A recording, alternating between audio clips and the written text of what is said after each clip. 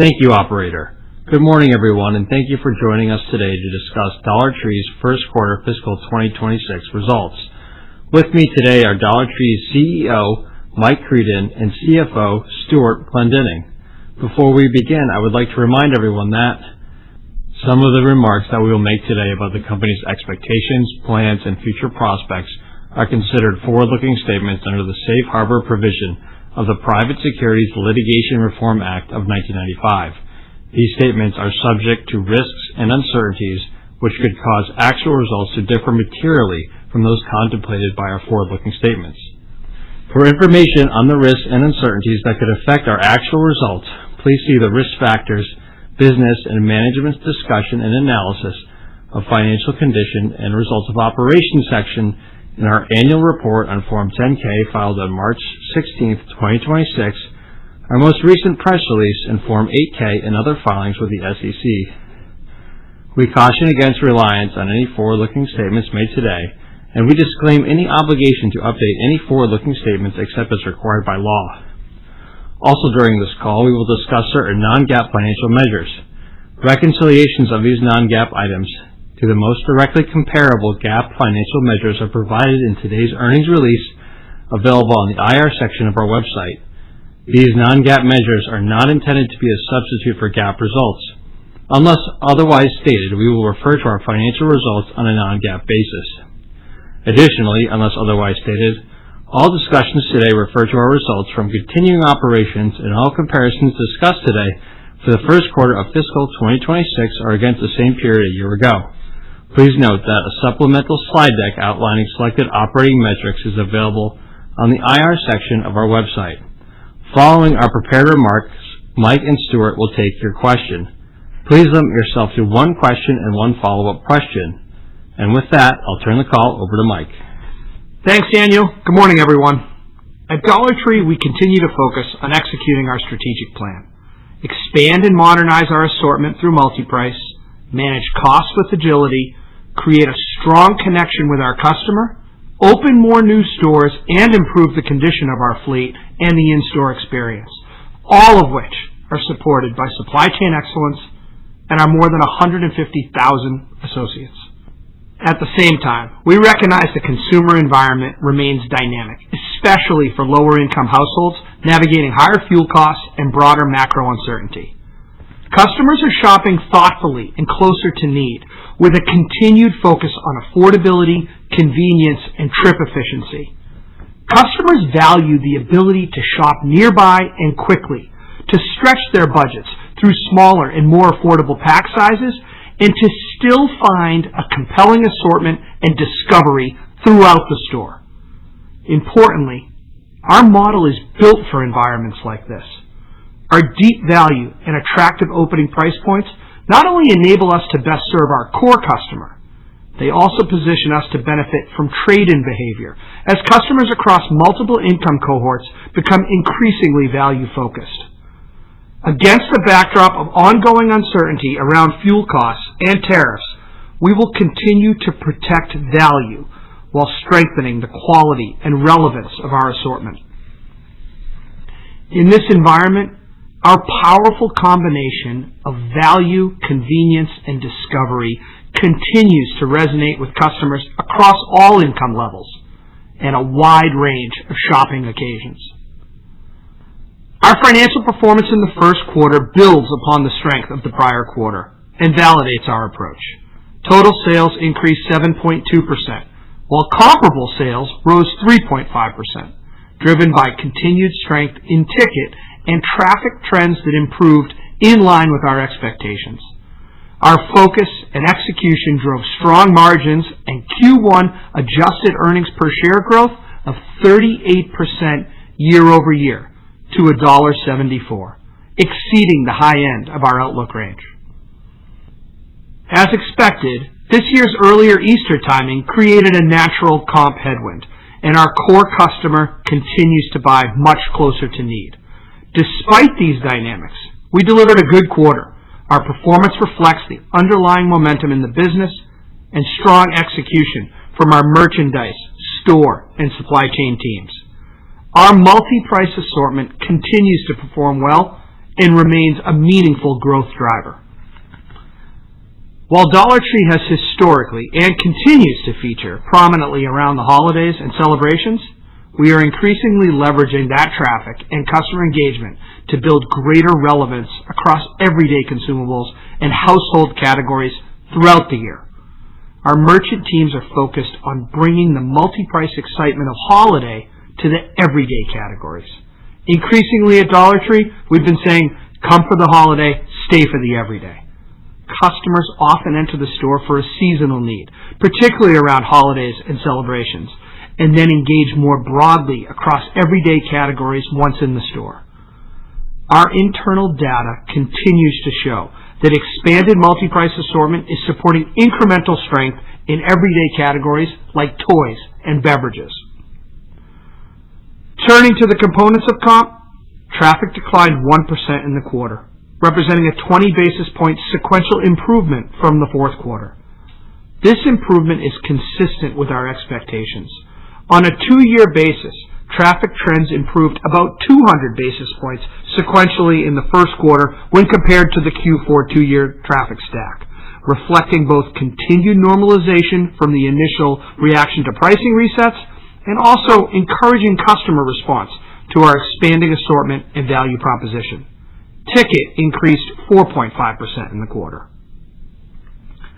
Ticket growth reflects the continued evolution of our assortment, the expansion of multi-price, and our ability to offer customers a broader range of value options across categories.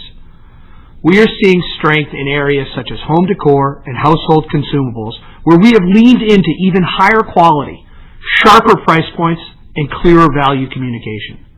The expansion of multi-price continues to be a key enabler of that progress. It allows us to improve quality in core categories, introduce new items that were previously not viable at a single price point, and create more compelling options across a wider range of purchase occasions. Additionally, it enables us to better align price points with product attributes, improving both clarity and value for the customer. At the same time, we remain disciplined in maintaining strong relative price competitiveness. Our opening price point remains a critical anchor for both the brand and the customer's perception of value. Even as we expand assortment and choice above the entry price point, rigorous benchmarking of pricing and assortment against competitors has enabled us to maintain our position as a value leader. Importantly, approximately 85% of our sales mix remains at $2 and below, underscoring our continued commitment to affordability and everyday value. And as Dollar Tree celebrates its 40th anniversary this year, customers will also see the dollar price point featured in stores as we honor the heritage and foundation of the brand. Let's move on now and discuss profitability. Dollar Tree's margin profile is improving. We are making progress in areas that are within our control. This dynamic contributes to stronger overall profitability and reinforces the trajectory we outlined coming into the year. Stuart will review the financial results in more detail later, but I would like to call out an area where our operating initiatives, in particular our gold store standards and agile cost management focus, are translating into positive financial outcomes. While it's still early days, we are starting to bend the curve on shrink. Shrink improved year over year as our strategies are gaining real traction. Initiatives we outlined at Investor Day, such as the non-negotiable audit, along with continued teaching, coaching, and training on shrink prevention, are having a measurable impact. In addition, we are seeing increasing benefits from our product protection efforts, which are helping to reduce loss on higher risk items. In departments where we've tightened merchandising standards, improved product placement, and applied more deliberate controls on an at-risk category, performance is holding up better and losses are coming down. We are also being more intentional in how we identify opportunity areas in stores, addressing them through focused training, stronger oversight, and consistent operational discipline. Improved store standards and greater execution consistency across the fleet directly contribute to more stable performance at the store level. While this work is ongoing, early results continue to reinforce that disciplined, consistent execution in the field is driving meaningful improvement versus last year. At Dollar Tree, we're focused on the areas within our control, and our Gold Store initiatives are contributing to our financial performance. Now, let's talk about marketing, which is a new muscle for Dollar Tree and one that is becoming increasingly relevant as our assortment expands, as our customer base increasingly includes more higher income customers, and as we seek to drive shopping frequency. Dollar Tree has one of the strongest unaided awareness levels in retail, and we are working to more fully leverage that strength.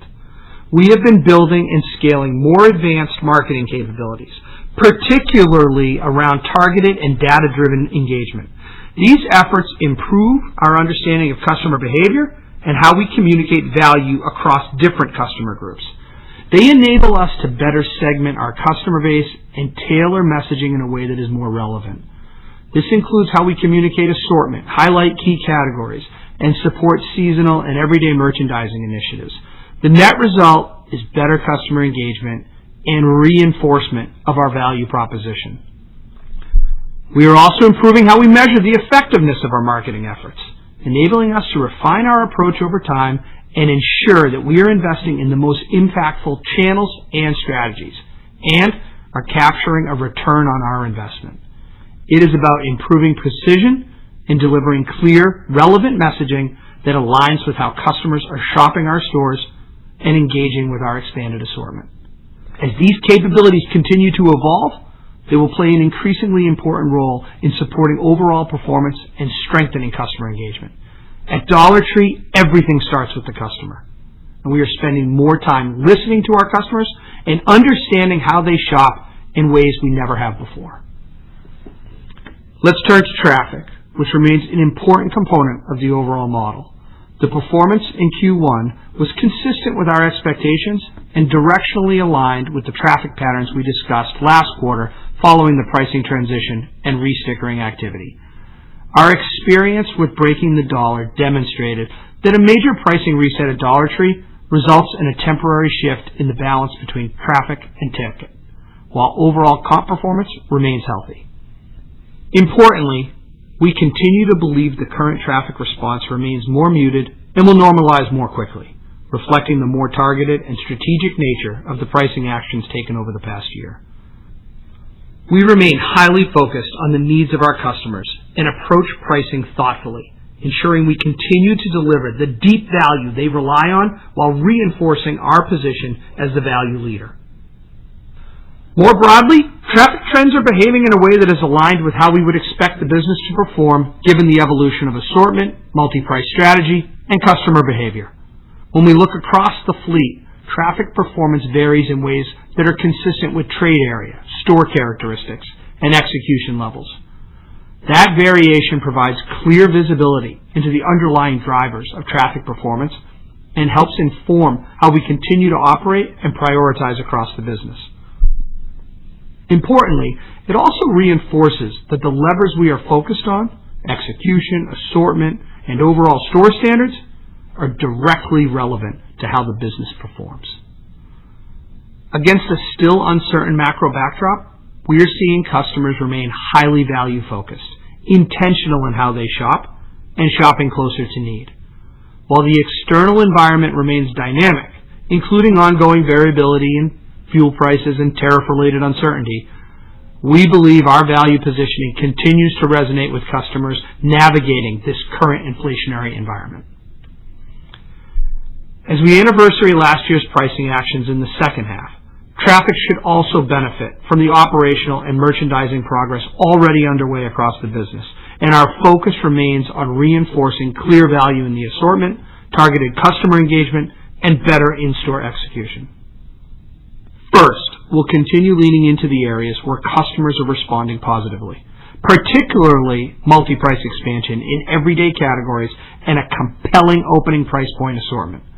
Second, as I just discussed, we are continuing to scale our marketing capabilities, where targeted outreach is driving incremental trips and a strong ROI.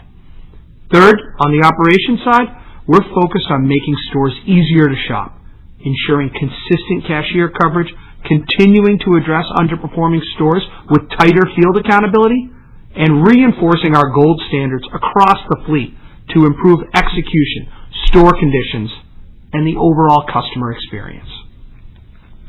Fourth, we'll continue improving the experience through disciplined store refreshes and renovations focused on enhancing productivity and the customer experience. As our founders often said, when we operate clean, bright, and inviting stores, our customers win and Dollar Tree wins. Finally, because our model enables us to help our customer better navigate uncertain times, Dollar Tree has, in the past, become more relevant in tougher economic environments. This may prove an added tailwind over the quarters ahead. Taken together, we believe these efforts support improved trip frequency, broader customer engagement across shopping occasions, and a more consistent experience that should help us earn that next visit. When we step back and look at the quarter holistically, a few things are clear. First, we delivered strong operational execution, resulting in margin expansion and earnings growth ahead of our outlook. Second, the business continues to perform as expected, with comp driven by ticket and supported by a stronger assortment. Third, traffic trends remain in line with our expectations following the pricing actions last year. And finally, we are deploying strategies to increase customer frequency. We are encouraged by the progress we are making in profitability and execution, and we remain focused on continuing to build on that momentum. We are operating with discipline, focused on the right priorities, and building a business that is more consistent, more predictable, and better positioned for long-term growth. As we look ahead, our focus remains on continuing to execute against the priorities we have outlined, while remaining responsive to the external environment and aligned with the needs of the customer.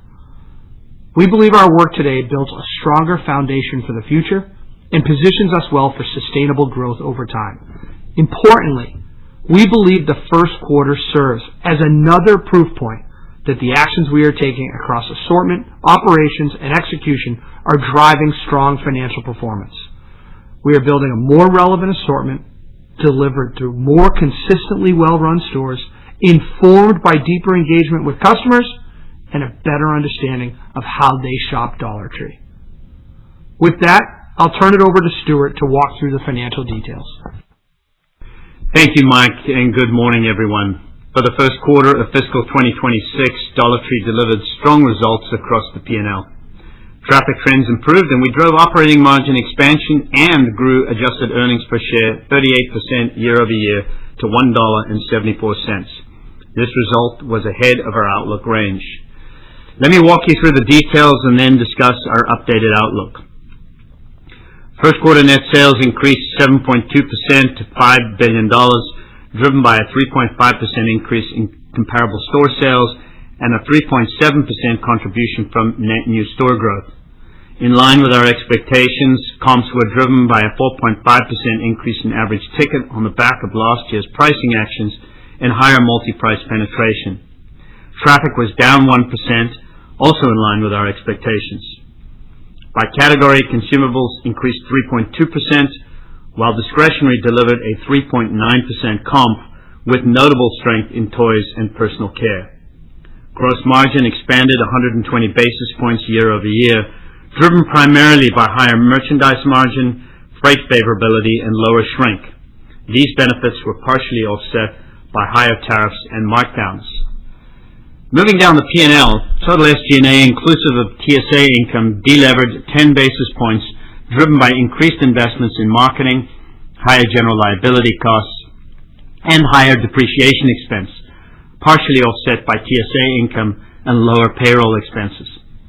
We continue to make progress on growing total SG&A in line with the rate of sales growth. Even after factoring in the impact from incremental marketing investments and higher general liability costs, SG&A growth inclusive of TSA income was largely in line with sales growth. Let me take a moment to briefly address corporate SG&A. After the sale of Family Dollar, a separate corporate segment is no longer needed. However, so you can track our progress, we will continue to provide the breakout of corporate SG&A through the fourth quarter of this fiscal year. But starting in the first quarter of 2027, we intend to report one total SG&A line only. With that said, Q1 corporate SG&A, inclusive of TSA income, declined 15% year over year and levered 70 basis points to 2.4% of total revenue. Taken together, adjusted operating margin expanded 110 basis points to 9.5%, and adjusted operating income dollars increased 22% year over year. Below the operating line, net interest expense and tax rate were in line with our expectations, while the average diluted share count was modestly favorable. Adjusted diluted earnings per share increased 38% to $1.74. Turning to the balance sheet, inventory declined 9% versus the prior year, while sales increased 7.2%, resulting in a favorable inventory to sales spread. Our continued focus on improving inventory turns supports fresher assortments for our customers, working capital efficiency, and stronger free cash flow generation. We ended the quarter with $1 billion in cash and no commercial paper outstanding. We generated $644 million in cash from operations and invested $253 million in capital expenditures, resulting in free cash flow of $392 million. During the quarter, we repurchased about 5.5 million shares for $595 million. Subsequent to quarter end and as of today, we repurchased a further $98 million of stock. Looking back over the past 12 months, we've reduced our share count by approximately 8% and returned $1.7 billion to investors through share repurchases. Before I share our second quarter outlook and updated expectations for fiscal 2026, I would like to start by talking to you about our tariff rate assumptions.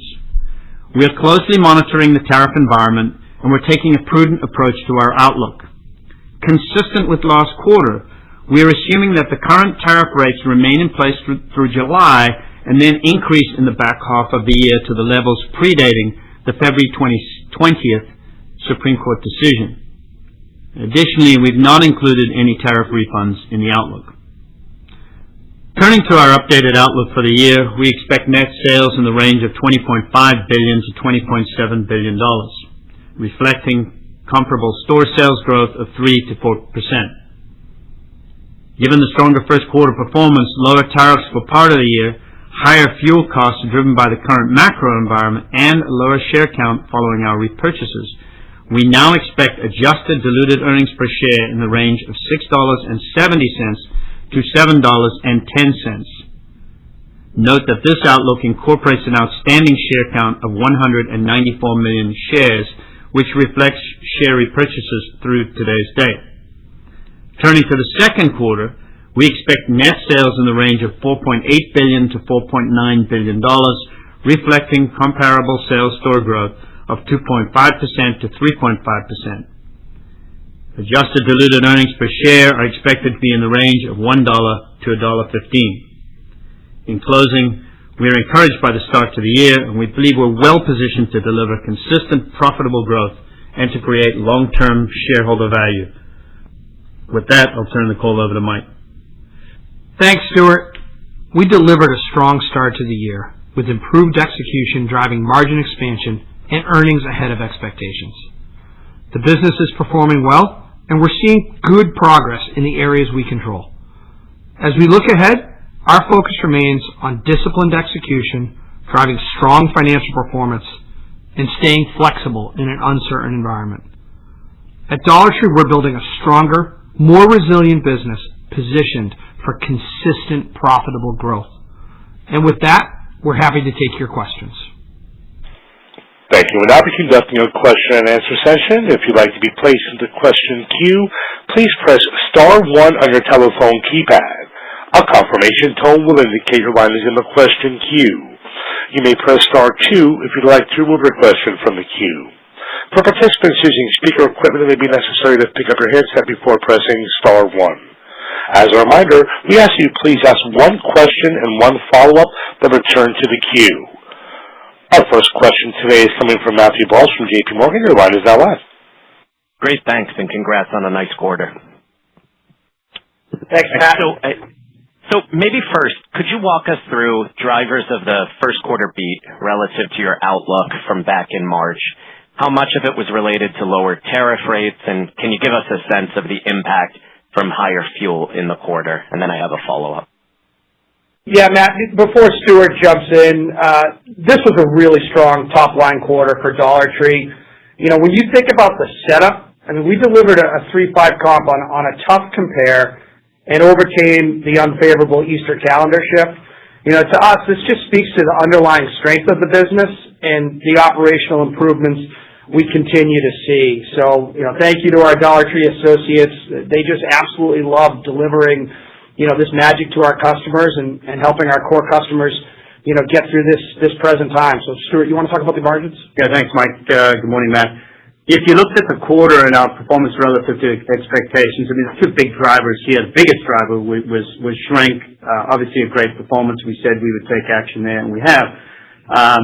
But the other drivers, we had favorable freight relative to our assumptions, and then some contribution from margin as well. If you take those together, that's the 120 basis points of gross margin expansion. As Mike highlighted in his prepared remarks, you know, we're really pleased, and we're pleased because the kinds of changes that we saw here were really driven by operating actions. Tariffs, while they were a year-over-year headwind, were really offset by our 5-lever actions, so they weren't really a factor in this quarter at all. And we, just for absolute clarity, we had no tariff refunds in this gross margin number for this quarter as well.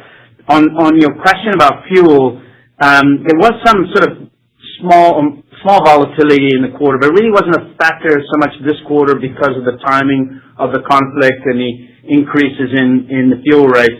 We'll start to see that coming in the back part of the year.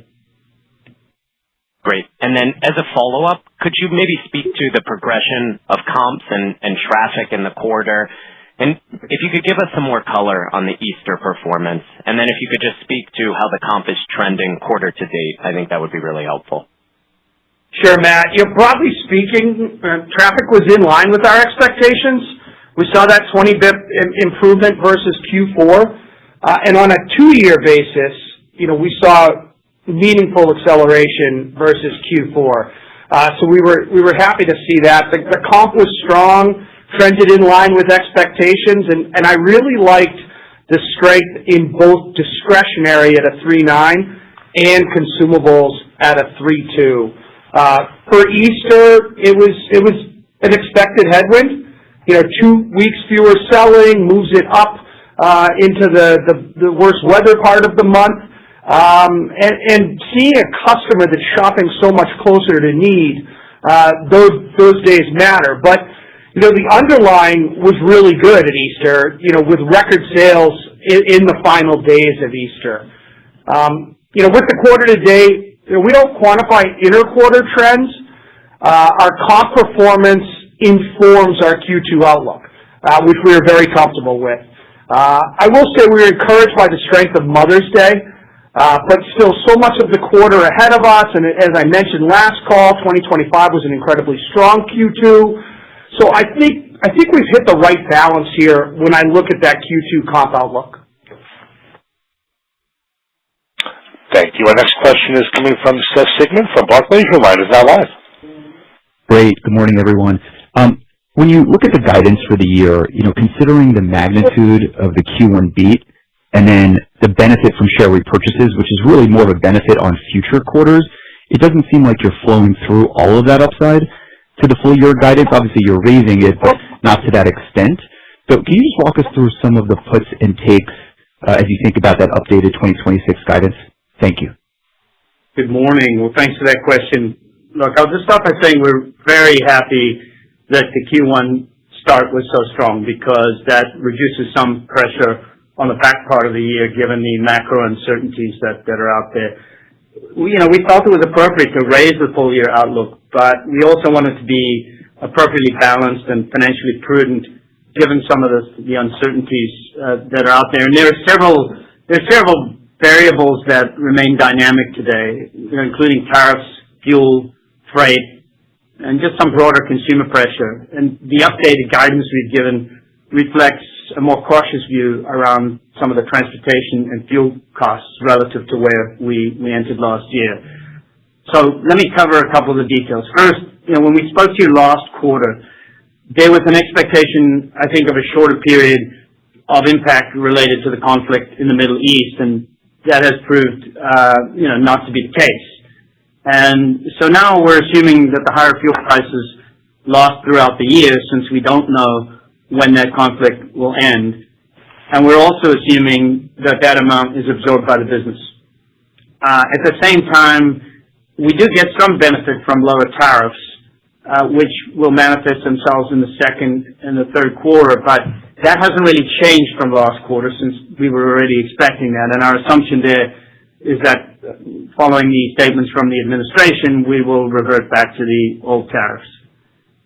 So because of those things, and really if you just step back and say, well, what's changed? The only thing that's changed in this whole assumption is that the increased fuel prices are going to go for longer. So we're not flowing that all through for the full year. But a couple of other things are important in how we constructed that outlook. We did incorporate, I should say, the lower share count for the share repurchases through the day. No assumptions for any share repurchases through the rest of the year. And we're also not assuming any benefit from the potential tariff refunds in the guidance, just given some of the uncertainty about when they will come and the amounts that will be coming. And so I'll just wrap up by saying I want you to keep in mind three upsides to the full year.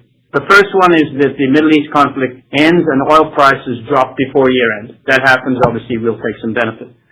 Second, if the tariffs that are currently in place extend past July, then there's the potential for more benefit in the results. And the third thing is that once we receive those tariff benefits, if we assume that there's reinvestment in the business, and we do think we will have reinvestment in the business, that those reinvestment benefits could drive the flywheel of our business in a very positive way. And of course, we would intend that to be the case. So I think we've taken an approach here which is sensible, given the uncertainties, and I think I've outlined some of the things that could give you a bit of upside. Okay, perfect. That's super helpful. I did want to follow up on traffic, down 1% this quarter. It seems pretty manageable, especially given some of the history you've seen. When you look at Q2, difficult compare, do you still feel like traffic can inflect positively in the second half of the year? The macro backdrop and gas prices are higher, so things do feel a little bit different for the end customer than they did in March. So how are you thinking about that inflection in traffic? Thanks so much. Yeah, thanks. We recognize the macros has changed, and as you just said, and I've said before, Q2 is a robust comparison. But we believe traffic will continue to improve over the course of the year. We take confidence in the Q1 improvement versus Q4 despite that earlier Easter. And then that 200 BIP acceleration on the 2-year, that's meaningful, and that gives us further confidence. And then you look at the back half, we anniversary several pricing actions in our initiatives that we laid out at Investor Day. They really continue to scale. So we get benefit from that. And then finally, we're not someone that takes price a lot. If you look at our history, it's rare. And the worst day of our pricing is the day we take that pricing. It's in a 25-cent increment, and then we continue to improve from there as others adjust their own pricing, and we're at our level. So that gives us further confidence. On the macro, sure, customers are under pressure from higher fuel prices, but that also makes them more value-focused. Look back at history. I always talk about that 20 years of positive comps. Periods like this reinforce Dollar Tree's position as a key partner for our customers. One, our outstanding value. Two, we're close to home with an in-and-out shop. And three, people still want to treat themselves. And at Dollar Tree, it's guilt-free treat yourselves because of where our value is in our pricing. So that gives us confidence as we look out over the course of the year. Thank you. Our next question today is coming from Rupesh Parikh from Oppenheimer. Your line is now live. Good morning. Thanks for taking my question. So during our store checks, we recently observed some price increase in center store food. So curious whether this was planned, how much of the store did it impact, and what's the strategy behind it? And then as you look at the places where you took pricing, how do your values compare to the competition at the new price levels? Thanks, Rupesh. Sure, I'll start that. First, just to put it in context, this is a very small proportion of our assortment, less than 5%. Our objective was to improve assortment relevance and also improve price clarity for the customer. We're listening to our customers in ways we never have before, and there were brands that we had lost because we couldn't provide them at the dollar or the $1.25, and our customers wanted those brands. They were part of their occasions to come, and so at $1.50 we were able to bring that back. Rice-A-Roni is a great example. Spam, you could see it in the stores. Frank's hot sauce, I mean, we put that on everything. So it really gave us a good opportunity. And then in terms of the competitiveness, Stuart, do you want to hit the process there? Yeah, sure, Mike. Let me talk a little bit about how we benchmark versus competitors. So, Rupesh, good morning. We don't achieve value by chance. That's really my first point.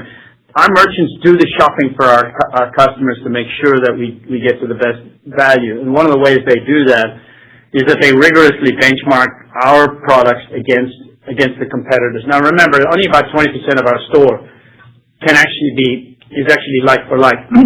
But even when they do that like for like comparison, they're pretty generous to our competitors in the way that they benchmark that, because they allow much larger packs to be benchmarked directly on a per ounce basis against our own packs. And even when we do that, we still show data that shows us to be positive on a relative value basis versus the competitors. And I'll also say part of that value benchmarking is not simply what is the price, but also what is the spec of the goods that is going into. So it's a very detailed process that gets back to the point I started with, which is this doesn't happen by chance. I mean, 80% of the store that is sort of unique to us, our merchants still on those items. I mean, 85% of the store is less than $2. So this separates us from most competitors, generally speaking. But outside of that, I mean, our merchants are constantly focused on how they achieve the greatest value on any of those items. They want the deals to be real deals, and that's how we end up with things like $5 hammers. And so we always start with value, we end with value across 100% of the store. Great, that's helpful color. Then my follow-up question, SG&A deleveraged during the quarter. Can you speak to your confidence that SG&A can lever this year? And also, since you're lapping the red stickering headwind, how should we think about SG&A growth on an underlying basis? Just any headwinds or tailwinds we should be thinking about? Yeah, thanks, Rupesh. I mean, let me pick that apart. So first of all, the SG&A outcome is really good. Look at this against history. It's clear that the results we've delivered in Q1 are good results that put us absolutely on the track that we've been talking about. When you consider what also took place in Q1, because at the same time we delivered these results in the first quarter, we were continuing to invest incrementally in marketing initiatives, and we also had to absorb some increased pressure from general liabilities. So let me talk to a couple of those things. First of all, on general liabilities, I want you to think about that a little bit like we approach shrink. We've taken it apart. We know what the drivers are. We've got teams organized around it, and we have a very clear action plan that is designed to bend the trend on general liability, even though that is a bit of an industry problem. We are also continuing to make progress on growing SG&A more in line with our business. That has been the focus of our organization, and we're seeing much better cost discipline.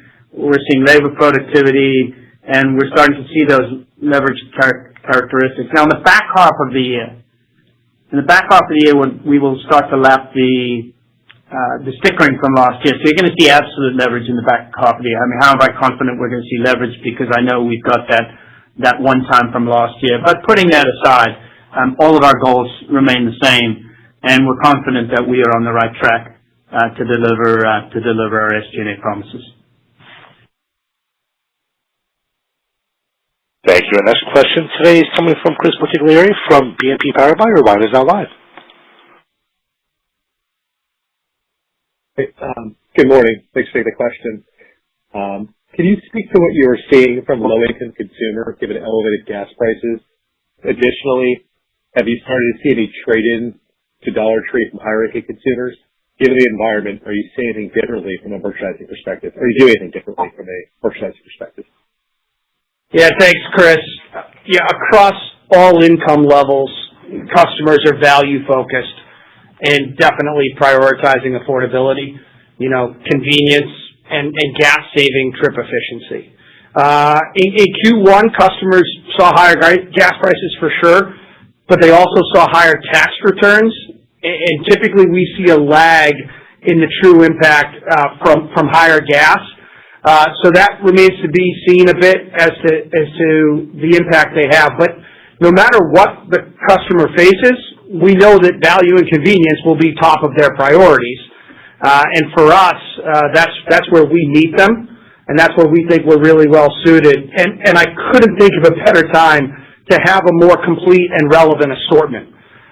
So yes, we are seeing trade-in customers as we continue to grow households. We're the fourth largest household by penetration retailer, and it's skewing higher income, more than half skew higher income, and they're finding an assortment that is really relevant to them. So, Dollar Tree it's a destination in times like this, and we've proven that over our history, and we'll continue to see that. Mike, maybe let me just offer a couple of thoughts on some of the data that we're seeing.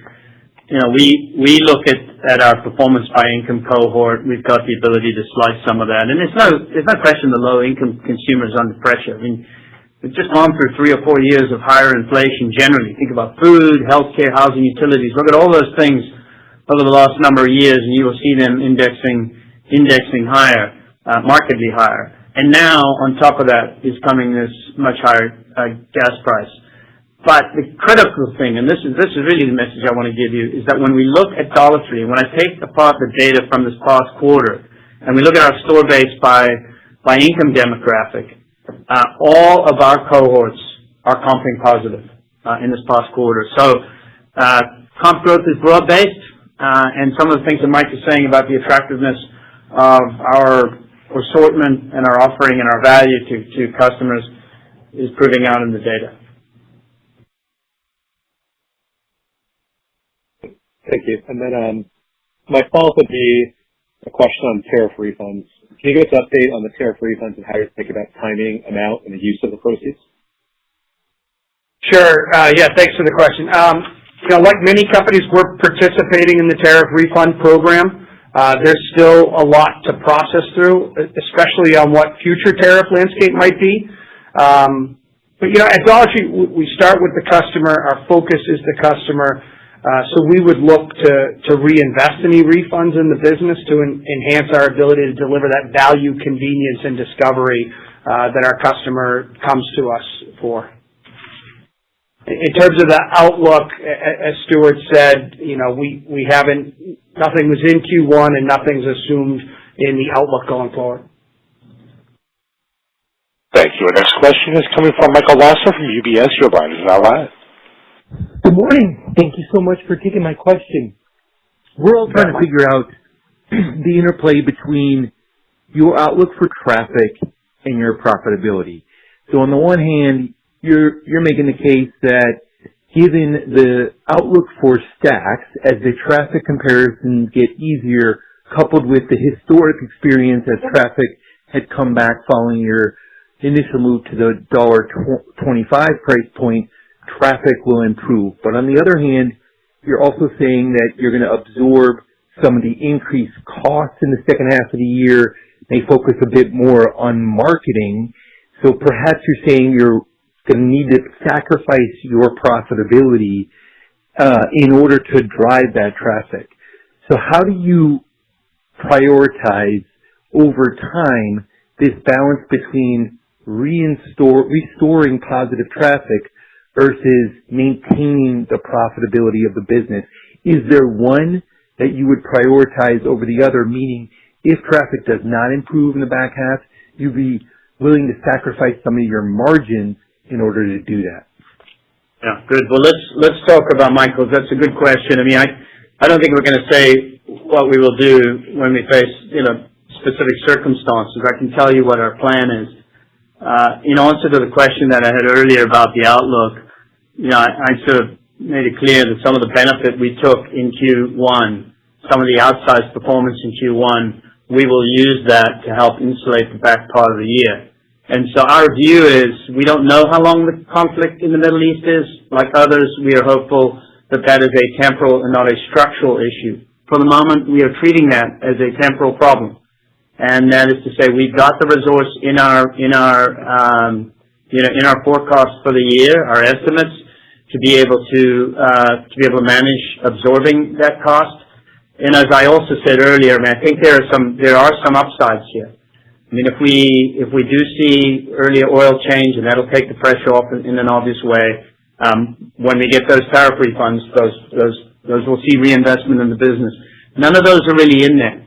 So I think there are other places to go to reinforce traffic in the back half before we have to eat into the outlook that we provided to you, today. Does that make sense? It does. Stuart, it'd be helpful if you could outline some of those levers that you would push in order to drive traffic. It does not perform up to what you're expecting, and then I have a quick follow-up. Thanks. Yeah, Michael, the initiatives that are already in play that we've laid out, those improving store standards. Stuart talked about how we saw traffic by our store groups, how they were performing, where they were located, all that. All those initiatives are already underway. We really see those as gaining traction and being big drivers in the second half. You talk about shrink. Shrink improves in well-run stores. And so we really look at the assortment we're delivering and looking out over the second half. We look at the improvement in the store standards. We look at the marketing that it's a kind of low-cost, quick return type marketing. We really feel all those will be big drivers in the second half.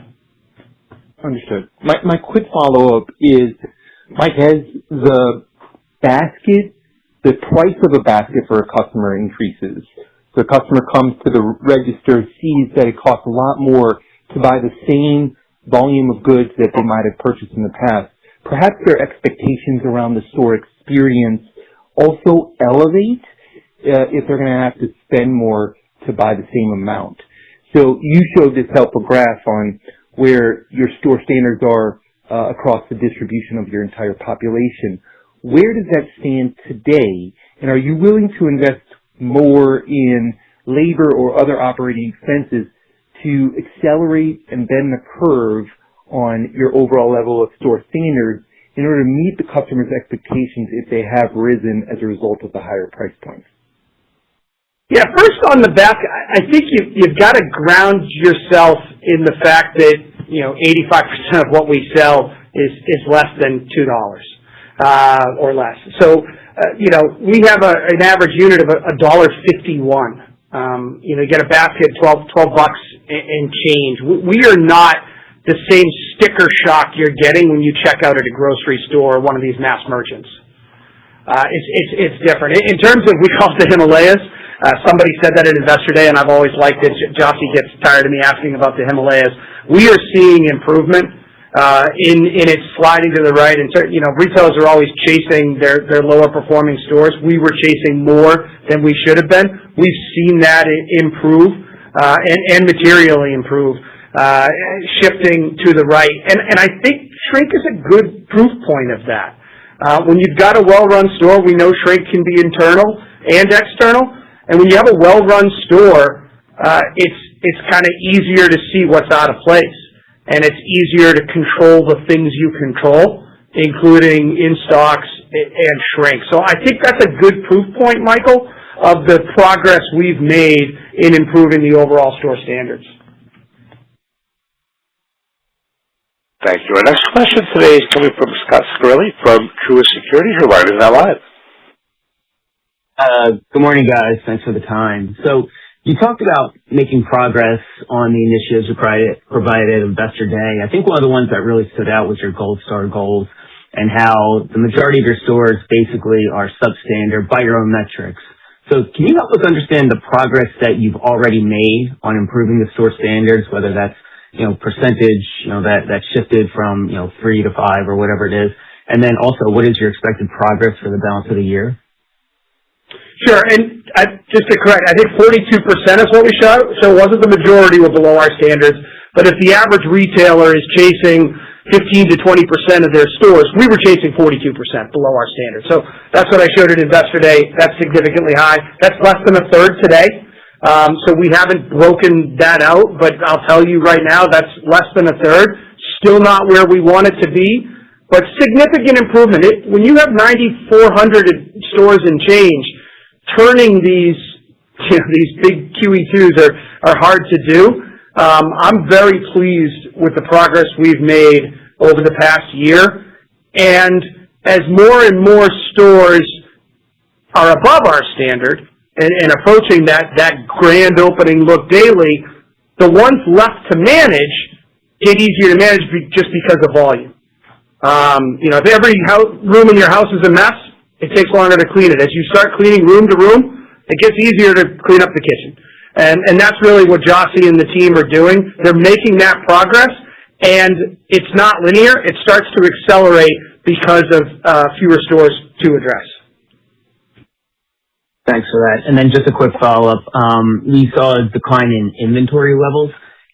Was there something kind of unique about this quarter in terms of timing? Or is the expectation to manage down inventory? Because obviously that becomes a gross margin benefit for the balance of the year if it stays lower. Thanks.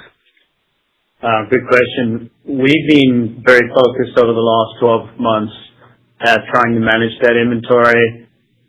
If you look back a year ago, we felt that our turns were just too slow. We were carrying too much inventory. It was gumming up stores and distribution centers, taking too much storage space. So it's been a very conscious effort over the past 12 months to reduce the inventory. And we think it's a really great result. I mean, if you look at this quarter, if the inventory has just grown in line with the sales over this past 12 months, we would have $425 million more inventory than we have today. So it's been a good result operationally to unclog the system, and it's also been a very good outcome for working capital efficiency. Thank you. Our next question today is coming from Edward Kelly from Wells Fargo. Your line is now live. Hey, guys. Hey, Stuart, I was hoping that you could double on freight for us. Historically, obviously, it's typically been a sizable headwind for Dollar Tree when prices spike. Could you maybe just talk a bit more about ocean, domestic, spot versus contract? And I guess overall, the real question here is how confident you are in your visibility in terms of any freight headwind being in guidance this year. Gotcha. Okay. Well, let's pick it apart. I mean, I think some of the comments that I've made in the last quarters I would just sort of echo here today. I mean, we had very favorable freight environment last year. I mean, there's been plenty of capacity in the marketplace. That hasn't changed dramatically through this point. As we were coming into the year, it was one of the things that was on my watch list as a potential downside. That hasn't manifested itself, which is sort of good news.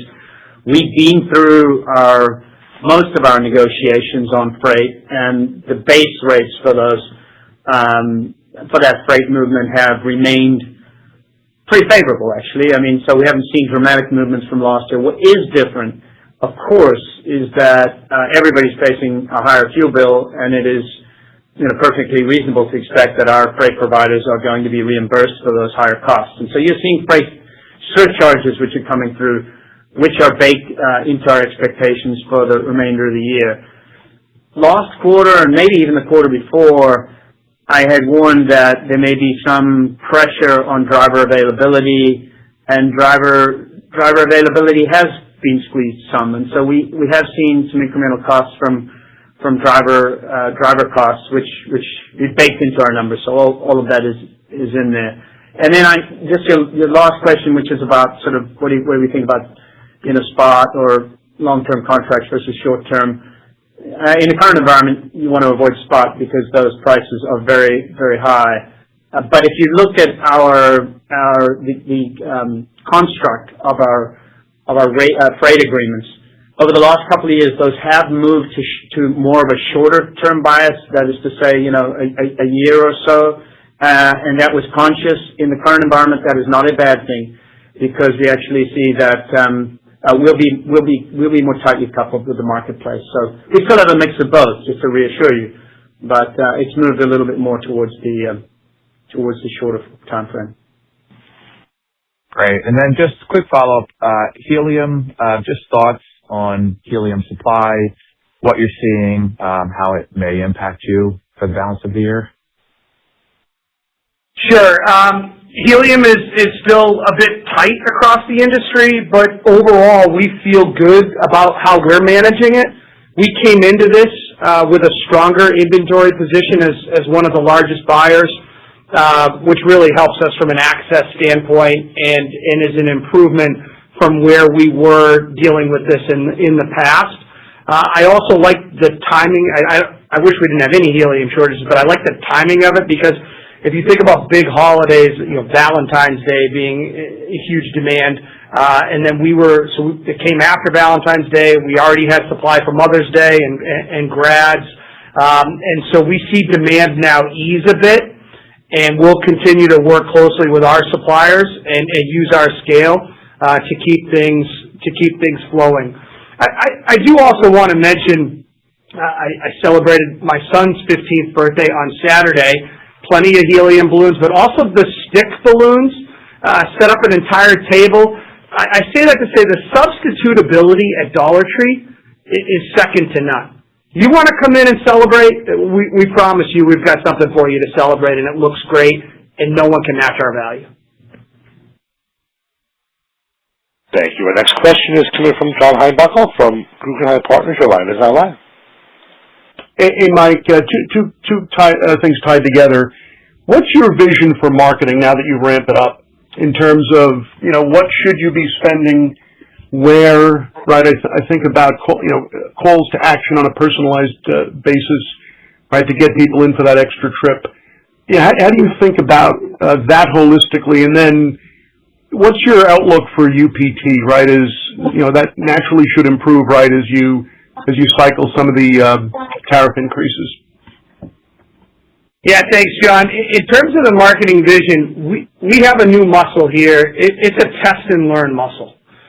So we're going to lean on that. We've got data now that we've never had before. Really leveraging elements of AI throughout our business to really get to know our customer better. And so I say that to say our test and learn is going to fuel what we do with marketing. So when we do, our banner ads, our pushes, when we do influencer, social media, when we see things that hit, we're going to lean into that and we're going to grow. Always with an eye towards the returns on it. So I said at the retail roundup earlier this year, don't think of us Super Bowl ad, but definitely think of us leaning into social, leaning into targeted messaging to our customers to make sure they're aware of what's inside the box. Our unaided awareness at Dollar Tree is incredible. It's one of the highest in retail. But what's in the box with our new expanded assortment has changed, and we want to tell our customer about that. So we'll leverage test and learn to really lean in and over time develop our long-term marketing vision. On the units front, we think about UPT as an output, not an input to our assortment. Given the growth in multi-price, units become less relevant as a marker. As we said, or I said at Investor Day, we're focused on space optimization and driving that shelf productivity. And so, as such, we'll reallocate space to a more productive assortment. So if a $5 hammer, Stuart's favorite thing, replaces 4 $1.25 units, your units come down, but we like what we see from the shelf, and the shelf is working harder than we had it working before. In Q1, units per transaction declined in line with our expectations. It's a natural output of this evolution I'm talking about. When we look longer term, our objective is to improve basket building opportunities through broader assortment relevance, stronger consumables engagement, and a more compelling multi-price offering that drive increased shopping frequency and fill and complete that basket cross-category purchasing behavior. So it's important. It's a little less relevant, but it's something we'll keep looking at, and it performs in line with our expectations. Thank you. You bet. Thank you. We reached the end of our question and answer session. I'd like to turn the floor back over to Mike for any further closing comments. Thank you, and thanks everybody for joining us today and for your continued interest in Dollar Tree. I'd like to once again thank our 150,000 plus Dollar Tree associates who make magic. We appreciate you. Thanks for the time. Speak with you again next quarter. Thank you. That does conclude today's teleconference and webcast. You may disconnect your lines at this time and have a wonderful day. We thank you for your participation today.